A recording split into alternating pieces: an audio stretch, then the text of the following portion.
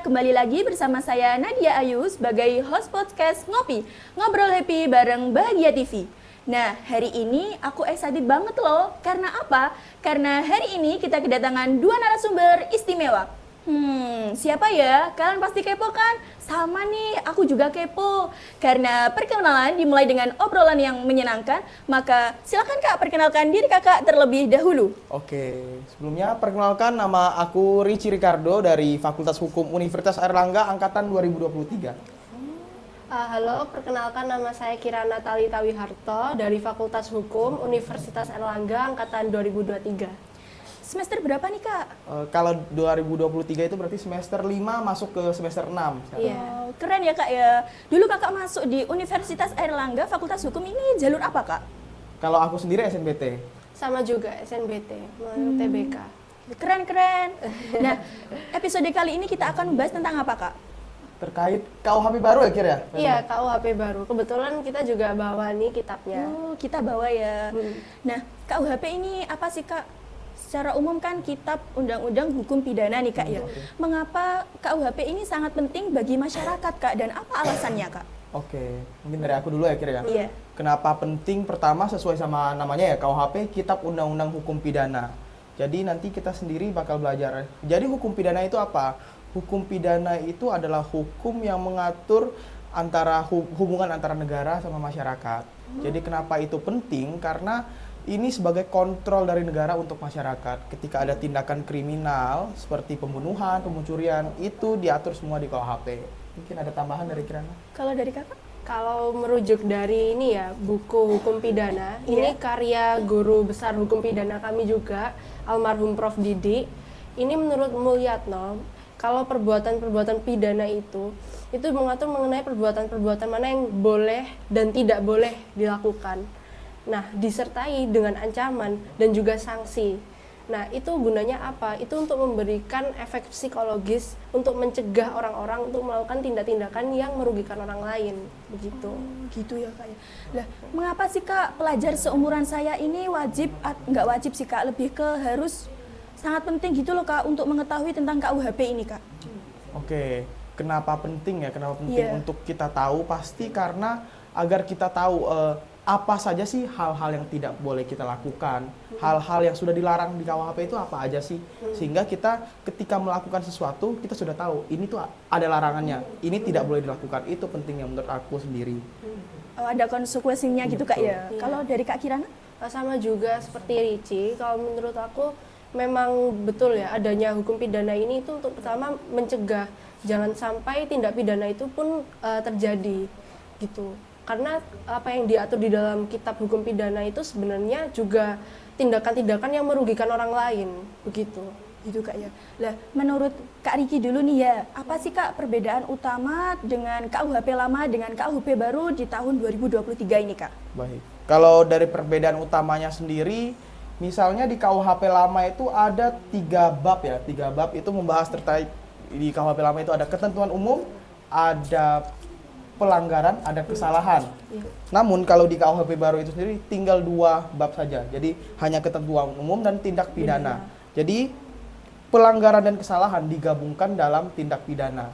Jadi tidak ada lagi pembedaan antara pelanggaran dan kesalahan di KUHP baru. Kemudian ada beberapa tambahan pasal-pasal baru di KUHP baru. Mungkin itu bisa dijelaskan sama Kirana. Nah, jadi kalau di KUHP baru ini ada beberapa pasal yang menarik ya sebenarnya. Ini contohnya aku bacakan satu, pasal 52 yang berbunyi pemidanaan tidak dimaksudkan untuk merendahkan martabat manusia. Oh, Ini gitu, baru. Kak ya. Nah, terus yang menarik juga menurut aku ini ada di pasal 53 ayat 2. Jika dalam menegakkan hukum dan keadilan sebagaimana yang dimaksud pada ayat 1, terdapat pertentangan antara kepastian hukum dan keadilan, hakim wajib mengutamakan keadilan. Ini juga hal yang baru. Jadi ini menunjukkan bahwa KUHP yang baru ini sebenarnya mengutamakan pertama keadilan dan juga sebenarnya restoratif justice. Nah, restoratif justice itu di mana proses agar suatu misal terjadi tindak pidana itu dapat kembali ke kondisi awal yang semula. Jadi makanya namanya restoratif begitu. Oh gitu ya Kak ya. Ya. Kalau menurut Kak Kirana yang paling mendasar apa Kak? Perbedaan yang paling mendasar? Mendasar ya. Iya. Kalau mendasar ya lagi karena menurut aku kalau KUHP ini ada beberapa yang istilahnya ditambal oleh KUHP yang baru. Contohnya itu restoratif justice gitu. Restoratif justice itu sebenarnya kalau diatur lebih lanjutnya bukan di KUHP ini tapi lebih jelas dan detailnya ada di Perpol. Perpol nomor 8 tahun 2021 gitu. Gitu. Nah, aku ini adalah salah satu siswi yang dari kelas IPA, tapi suka dan minat tentang profesi hukum nih Kak. Nah, izin bertanya ya Kak ya tentang fakultas hukum. Lah, kalau kita berprofesi di bidang hukum nih Kak ya, selain hakim, jaksa, lawyer, ada apa lagi Kak? Oh, banyak banget Banyak, ya, Kir, ya. banyak. Jadi Apa kalau saja, Kak? aku jabarin boleh satu-satu, selain jaksa, lawyer, hakim ya, itu yang Iya. banyak orang tahu Iya, biasanya yang ya, tiga. sering tahu kan itu Kak ya. Ya. Jadi ada profesi-profesi lain kayak notaris, kemudian ada kurator, Kurator. kemudian kalau misalnya di kantor-kantor ada legal staff atau nanti bisa jadi auditor hukum, itu juga bisa. Mungkin dari Kirana ada tambahan lagi? Apa Kak? Dosen juga bisa. Iya. Oh gitu Kak. Kalau ini Kak, perbedaan dari hakim, lawyer, terus jaksa hakim, terus tadi apa Kak? Kurator, sama satunya tadi apa Kak? Ada auditor hukum, misalnya ada Iya. legal staff di perusahaan-perusahaan. Enggak, itu perbedaannya apa Kak? Jadi begini, kalau jaksa, hakim, lawyer dulu ya. Iya, lawyer dulu. Jaksa itu contohnya itu dia sebagai penuntut, namanya jaksa penuntut umum. Jadi jaksa ini nantinya yang katakan kalau kita biar gampang memahami, dia lawannya pengacara ketika di pengadilan. Oh gitu Kak ya. Jadi dia ini pengacaranya negara yang fokusnya untuk menuntut si terdakwa. Jadi jaksa itu fungsinya untuk menuntut terdakwa, dia dapat hukuman berapa tahun, dia harus bayar denda berapa, itu jaksa, itu tugas jaksa. Kemudian kalau pengacara di sini dia fokus untuk membela hak kliennya atau hak terdakwa. Jadi dia yang mendampingi hukum si terdakwa ini sebagai penasihat hukumnya. Gitu, Kak, ya. Kalau hakim ini sebagai orang yang mengadili ini semua. Hakim ini yang menentukan si terdakwa ini patutnya dihukum berapa lama, patutnya didenda berapa lama. Itu perbedaan dari jaksa, lawyer, Dan sama hakim. Hakim. Kalau yang notaris, Notaris itu sebenarnya orang yang dapat mengeluarkan sertifikat.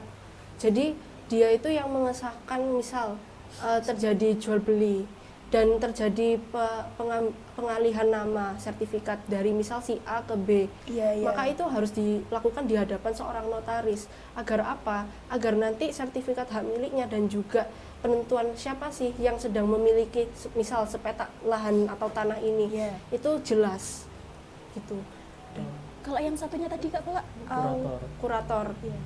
Kurator mungkin Ricci bisa juga menjelaskan. Kalau kurator itu dia tugasnya itu ketika misalnya ada perusahaan pilot ya. Iya. Nah, ketika perusahaan pilot, dia yang akan menghitung semua aset perusahaan yang pilot tersebut. Kemudian dibagikan kepada bukan membagikan sih, apa bahasanya ya, lebih tepatnya. Membagikan kepada kreditor yang. Iya, betul. Jadi kalau di hukum kepailitan itu ada beberapa kreditor seperti kreditor konkuren, separatis, dan preferen. Nah, kurator itu sebenarnya kerjanya tidak sendiri. Ada beberapa staf misal ekonomi yang menghitung untuk kuratornya. Dan nanti itu ketika kurator berhasil melelang atau menjual sebuah aset yang dimiliki oleh si orang yang pilot ini, ia juga mendapatkan komisi dari hasil penjualannya itu. Gitu. Kalau jadi kayak hakim, jaksa, lawyer itu butuh S1 ya Kak ya? Betul. Kalau seumpama S1-nya nggak hukum gimana Kak? Gak bisa. Jadi memang hukum ini kan jurusannya memang untuk profesi tertentu. Jadi ada beberapa, misalnya dokter harus dari fakultas kedokteran, sama juga kayak jaksa, hakim, lawyer itu harus dari jurusan hukum, harus dari S1-nya hukum dulu baru bisa menjadi praktisi di bidang-bidang tersebut. Jadi memang difokuskan profesi tertentu harus ditempuh melalui S1 hukum dulu. Kalau kita dari latar belakang IPA nih Kak, bisa nggak kita masuk di fakultas hukum? Bisa banget ya, Kir ya. Bisa. Setahuku Kirana juga dari IPA ya dulu ya? Iya. Oh gitu ya Kak? Bisa dijelaskan Nggak sih. begitu susah berarti? Enggak. Asalkan belajar aja gitu. Iya. Jadi dulu itu aku kan kebetulan jurusan IPA. Nah, mungkin salah satu kesalahanku itu memilih jalur SNBP atau undangan ya waktu itu namanya untuk memilih jurusan hukum. Padahal aku sudah tahu kalau aku ini IPA. Dari IPA gitu Iya. Kak ya. Jadi mungkin kurang cocok sama jurusan yang ingin aku pilih begitu. Dan akhirnya aku memutuskan oke, aku belajar UTBK aja. Aku kebetulan waktu itu aku ikut les privat dan aku belajar bersama teman-temanku juga. Alhamdulillahnya lolos dan masuk ke Fakultas Hukum Universitas Airlangga. Sebenarnya waktu itu awalnya ragu untuk masuk hukum karena itu arahan dari orang tua. Namun karena pada saat itu timelinenya sangat cepat ya. Jadi Sangat cepat. iya, jadi akhirnya aku tetap belajar, tetap milih hukum gitu. Nah, Kak, kalau kita tadi ya dari anak IPA kan, biasanya Iya. kalau dari anak IPA kan ada yang langsung mau jadi ini apa di perkuliahan bidan mungkin atau ke teknik. Lah, tapi orang tuanya kayak kakaknya tadi menyuruh di hukum, S1 hukum kan. Apakah double degree itu solusinya, Kak? Oke, aku jawab dulu ya. Iya. Double degree itu bisa jadi solusi dan bisa juga menambah, mungkin ini agak kasar atau mungkin sedikit seperti kayak menutup mimpi double degree, tapi enggak juga. Tapi ini secara Iya. realistis saja aku jawab Iya, ya. gimana? Bisa jadi solusi, bisa jadi nambah beban buat kamu. Karena pertama, jadwal kuliah ini sudah sangat padat. Ketika kamu misalnya kuliah hukum di satu universitas, kamu bakal misalnya ngambil katakan 20 SKS atau 24 SKS, itu hampir di setiap hari kamu pasti ada mata kuliah. Dan kamu harus misalnya double degree, kamu harus ngambil 24 SKS di 2 kampus yang berbeda katakan. Itu berarti total yang kamu ambil itu 48 SKS. Bayangin kamu ngebagi jadwalnya bagaimana. Tapi sebenarnya kalau dari diri kamu memang mampu ya, mampu mengusahakan hal tersebut, itu bisa-bisa aja. Tapi kalau dari diri kamu nanti tiba-tiba di tengah capek, terus kayak ngerasa overwhelmed bakal hancur. Kuliah kamu gitu ya, bahkan di sini bisa hancur, ya di dua-duanya hancur bisa bahkan. Tapi itu kembali lagi ke diri kamu sendiri. Apakah kamu menyanggupi hal tersebut atau enggak? Cuman untuk double degree sendiri, misalnya di 2 kampus yang berbeda dengan 2 jurusan yang berbeda, itu cukup sulit dengan sistem perkuliahan di misalnya di PTN ya, karena memang jadwalnya cukup padat. Cuman di UNER itu kan ada sistem double degree juga nggak sih? Iya, ada. Itu gimana, Kak? Tapi itu khusus IUP. Iya. Dan itu IUP itu kelas internasional. Iya. Jadi mereka double degree tapi gelarnya sama, gelarnya hukum juga, tapi di luar negeri. Di luar negerinya itu biasanya di Belanda. Iya. Mereka dapat gelar hukum juga di Belanda itu, tapi beda. Jadi kan kalau di Indonesia namanya sarjana hukum, tapi kalau di Belanda itu LLB. LLB dong, LLB. bachelor. LLB S1-nya. Jadi mereka kuliah S1 hukum juga, tapi mungkin mereka belajar perspektif yang berbeda karena tiap negara kan beda-beda hukumnya. Beda-beda gitu Ya. ya. Kalau menurut Kak Kirana sendiri gimana double degree itu? Sebenarnya ya bisa-bisa aja, cuma tergantung kamunya lagi. Apakah kamu merasa mampu gitu? Apakah kamu sekiranya bisa melakukannya tanpa apa ya, mungkin beban Iya, stres dan juga karena kalau dari aku sendiri sebenarnya kuliah di Fakultas Hukum itu sebenarnya lumayan memakan tenaga otak ya. Oh, gitu Kak ya. Tergantung kamu pribadi juga, apakah kamu ingin menjadi mahasiswa yang aktif banget atau mahasiswa yang mungkin lebih ke organisasi atau mungkin lebih ke akademik, begitu tergantung pribadi lagi. Selama Kakak kuliah ini ya, apa nih yang paling menantang dan paling menyenangkan nih buat Kakak Fakultas Hukum ini? Menantang ya. Iya, menantang ini apa Kak? Menantang itu misalnya kamu bakal ketemu orang yang pinter banget. Kamu bakal nemuin orang-orang tersebut. Ketika kamu kuliah, kamu bakal ngerasa kok orang ini pinter banget, tapi ternyata ada yang lebih pinter lagi, yang lebih pinter lagi. Tapi di situ kamu bakal terpacu. Buat gimana sih caranya aku bisa pinter kayak dia juga. Lebih baik apa gimana Kak? Lebih baik ya mungkin menyetarakan kita sama dia, dan mungkin bisa jadi lebih baik, dan itu yang memacu kamu, itu yang mungkin yang menantang ya. Terus apalagi satunya tadi? Menyenangkan nih. Menyenangkan. Kayak seru gitu. Kalau menyenangkan pasti ya biasa kayak anak-anak muda pada biasanya pasti kayak main sama temen, nongkrong sama temen. Kemudian kalau di kuliah sendiri kan ada organisasinya. Di situ kalian banyak belajar juga, bisa kenal teman-teman baru, itu hal yang menyenangkan sih menurut aku di kuliah. Kalau menurut Kak Kirana, apa nih yang paling menantang dan paling menyenangkan buat kakak selama kuliah? Kalau menantang itu jujur untuk aku membagi jadwal, karena aku orangnya ini ya lebih ke akademik sebenarnya, lebih tertarik dengan lomba. Sebenarnya Ricci juga seperti itu. Dia kebetulan kompetisi peradilan semu, lebih mendalami itu, dan aku lebih ke lomba karya tulis ilmiah.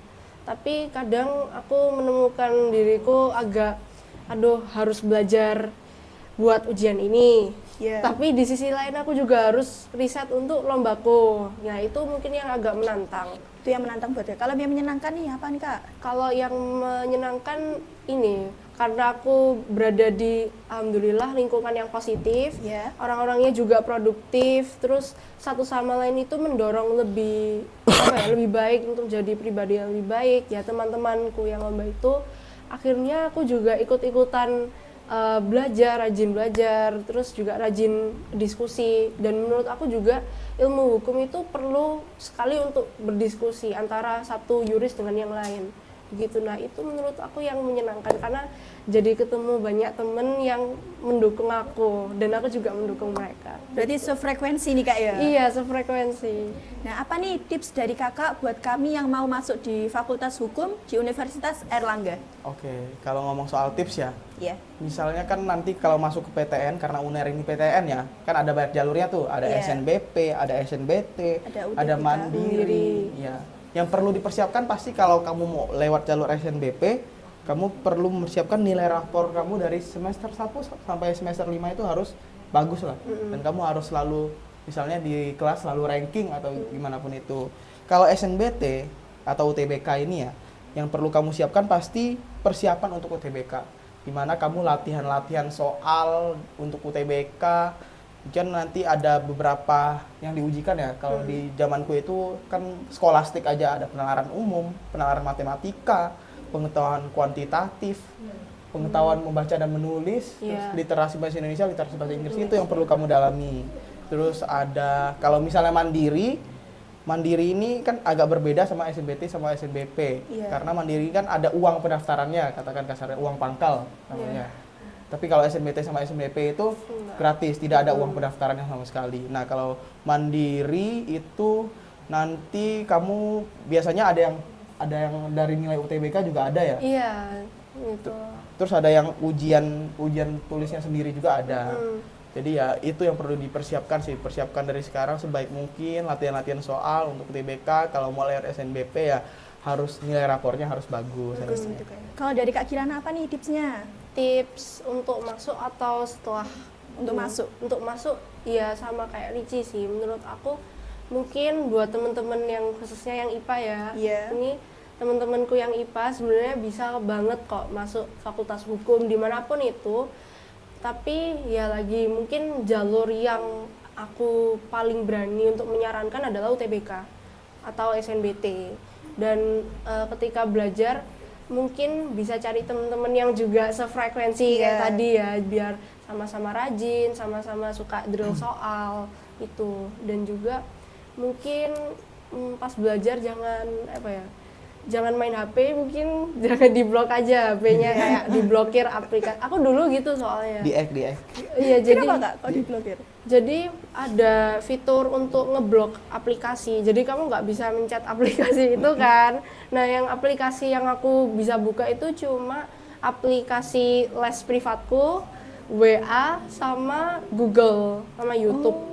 Dan YouTube pun itu aku kadang blok juga supaya aku nggak buka HP ku, nggak nyari hiburan. Aku beneran fokus drill soal gitu. Apa nih motivasi dari kakak buat kami sebagai pelajar agar semangat menggapai cita-cita kita? Oke. Kalau motivasi ya, Iya. motivasi pasti teman-teman harus ingat sama mimpi kalian itu apa sih? Itu yang pertama pasti perlu Itu ya, ditanamkan di hati kalian, di otak kalian itu yang penting. Mimpi kalian itu apa sih? Apa sih yang mau kalian kejar gitu? Apa sih yang kalian cita-citakan nantinya?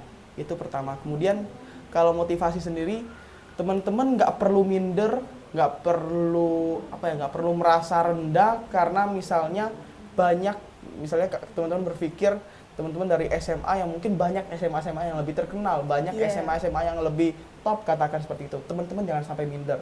Karena kalau teman-teman udah minder, teman-teman bakal benar-benar kalah saing karena itu sugesti dari teman-teman. Jadi teman-teman harus ngerasa bisa bersaing. Aku bisa kok ngelawan dia, aku bisa kok lebih baik dari dia. Itu yang mindset yang perlu teman-teman tanamkan. Jadi teman-teman jangan sampai ada rasa minder sama sekali dengan misalnya siswa-siswa dari SMA lain yang lebih bagus, katakan lebih top. Jangan pernah ada rasa seperti itu dan fokus buat ngejar cita-cita kalian. Itu yang dulu aku selalu tanamkan sih di diri aku sendiri ya. Tapi aku juga setuju kok sama yang kakak tanamkan ini.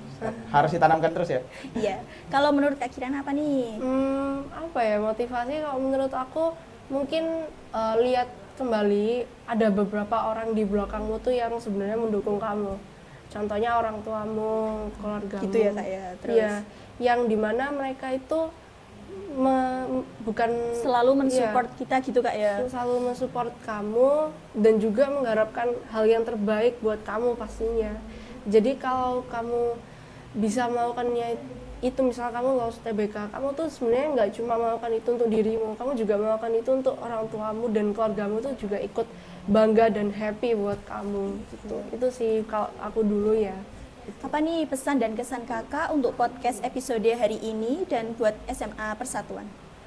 Oke, dari aku dulu ya. Iya. Mungkin pesan dan kesan dari aku, pesannya sendiri, semoga acara-acara kayak gini tetap ada terus ya, karena menurut aku sangat bermanfaat, sangat informatif juga. Mungkin bisa nggak cuma teman-teman di sini aja yang tahu, teman-teman yang lain juga bisa tahu, bahkan teman-teman dari SMA lain di Kedung Pring sekitar sini juga bisa tahu dari podcast ini karena sangat informatif. Jadi pertahankan acara-acara seperti ini karena sangat bagus dan dikemasnya dengan sangat cara yang anak muda sekali juga dengan podcast, sangat Gen Z lah. Gen Z banget ini Kak ya. Kalau kesannya aku seneng banget di SMA Persatuan ini karena kan sudah kemarin sudah ke kelas 12 juga dan banyak sekali yang antusias terkait ketika kami mengenalkan terkait hal kuliah, mereka sangat antusias. Bahkan aku kemarin juga sempat nongkrong sama anak kelas 12, dia mau nanya-nanya lebih lanjut terkait hukum. Itu namanya AZ sama Jordan. Kemarin dia sempat ngajak aku nongkrong buat nanya-nanya. Aku sangat senang di sini karena teman-teman menerimanya sangat baik dan semangatnya itu membara ya. Semangatnya luar biasa. Kalau dari Kak Kirana apa nih? Aku juga mau terima kasih banget soalnya udah welcome kita Diundang gini. gitu ya. Iya, makasih banget. Terus juga menurut aku ini podcastnya lucu banget, kayak estetik juga. Terus aku mau bilang juga buat temen-temen, kemarin itu kan udah konseling ya yang di kelas 12 itu kita juga udah ada beberapa slides mengenai SNBP, SNBT sama Mandiri. Itu mungkin juga nanti bakal aku share juga. Dan itu aku mau bilang juga makasih ya udah ngedatengin kita di sini. Lucu banget podcastnya. Gitu. Terima kasih ya Kak atas waktu dan cerita inspirasinya. Nah mungkin kakak mau mohon pamit ke gimana? Silakan Kak. Dari aku dulu ya. Oke. Mungkin sedikit kata-kata penutup ya ini ya, closing statement. Pokoknya teman-teman semua di SMA Kedung Pring pokoknya tetap semangat buat ngejar mimpi kalian. Jangan minder, jangan ngerasa rendah. Terus pokoknya harus selalu semangat teman-teman. Mungkin itu aja yang bisa aku dan Kirana sampaikan ya. Jadi terima kasih teman-teman. Mungkin ada kekurangan atau kesalahan kata mohon dimaafkan. Sudah ini Kak? Nah, sekian teman-teman. Saya Nadia Ayu mohon pamit dan sampai jumpa. Dadah.